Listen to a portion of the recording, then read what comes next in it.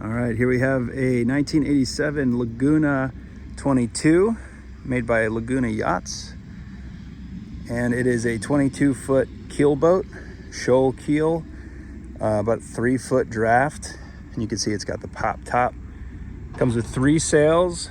It's got the main, and you got up front, you got the jib on there, and there's a Genoa underneath in the V berth. Come aboard.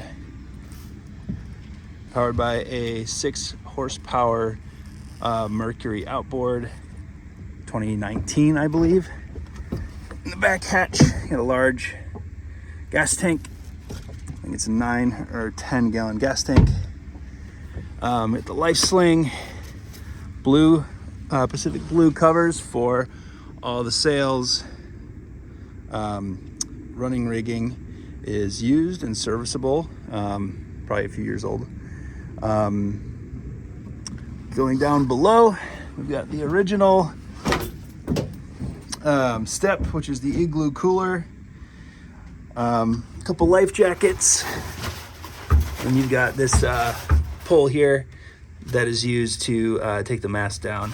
It goes where the rudder is, so you can transport it on a trailer. In here, a number of old lines and things like that. 2 marine batteries. In that bag is a older dinghy, inflatable, along with a paddle. Nothing in some of these boxes here. This table has been cut down. It makes it a little easier to get around down below. Does have a sink connected to a water tank, which is underneath the V berth. I haven't used it. It does work. I'd imagine you want to clean it out a little bit if you wanted to service it.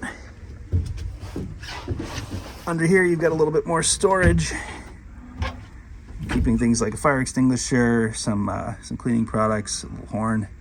There's some older expired flares. This sink does drain to the exterior of the boat on the starboard side. Comes with a Windex. Doesn't have one right now, so maybe take the mast down or find a way to install it up there. Comes with a single winch handle, and here you've got key to the motor. In the V berth up here, you've got this forward hatch, which is nice to keep that airflow and poke your head out of. These cushions are removable, of course, and when you open them up, we do have a head and a pinch. Some wag bags in there if you need to use the restroom. I have slept back here. It's a lot like camping, very comfortable on these pads, cushions. They're definitely not original, have been since installed. And so I'm a little over 6 foot, so I slept comfortably in there. With 2 people, it would be very cozy. This is the Genoa. It does have some rust stains on it, so I like using the jib. All right, let's go. Let's go through the electronics. It does have VF radio. Everything works. So you can see we've got a little charge coming in over 14 volts. It's coming in from the solar panel on the back over there. That pumps to this radio here.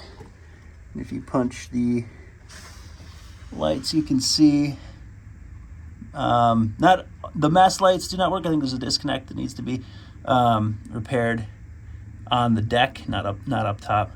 But you can see that if you hit accessory, you can punch in and see the depth finder will work. Just takes a minute to fire up. We've got the RAM mount here, so you can get your phone going.